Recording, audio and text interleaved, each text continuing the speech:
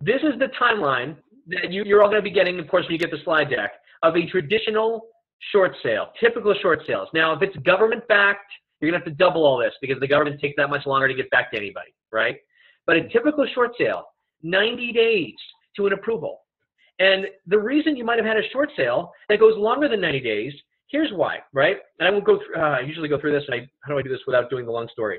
I usually talk about a story about Melissa from Sale Mitigation, who's one of our processors, and she calls in and submits the whole file to a lender, right? She submits all the paperwork that Marianne's going to go through with you. It goes into the file. It then has to get assigned to a negotiator in the lender side, right? Then the negotiator starts to get a BPO order. Then the BPO, but all of these things require constant follow-up, right? Melissa Short Sale Mitigation, one of our processors, calls in, and the process, right, all the paperwork gets submitted to the bank. The bank then has to assign a negotiator. The bank then assigns a BPO agent to do a BPO valuation of the property, right? And Mary's going to get to all that.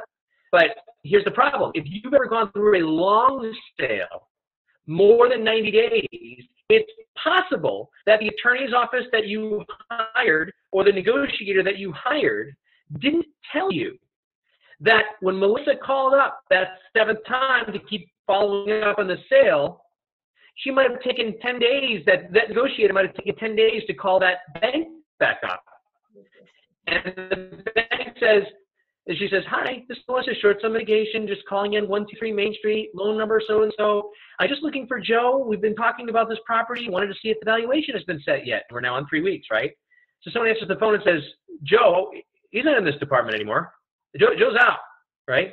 And Melissa's like, oh. He's like, we didn't hear from anybody for 7 days on this. So that's what I see in the notes. So we canceled that file. That's gone. So guess what? Restarts.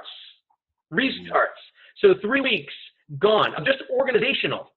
This is why when you hire an attorney or negotiator and all of a sudden you're not getting a lot of updates from them, like still working on the file, still working on it, no response yet, right? If you're not getting solid answers on activity, and it might just be that the lender's taking that long to go through it, but the restart, the dreaded restart of that file is what you want to avoid, because they'll go through all this and resubmit that paperwork all over again. You don't even know what's going on. The buyer's agent doesn't know what's going on. The buyers and sellers don't know what's going on. But that attorney or negotiator might be trying to cover their tracks over and over again because they're not following up frequently enough. So now we have a 72-hour rule where our processors will call every 72 hours until the police are called or somebody dies, period. And with a smile on their face and a song in their heart, they'll do it every day.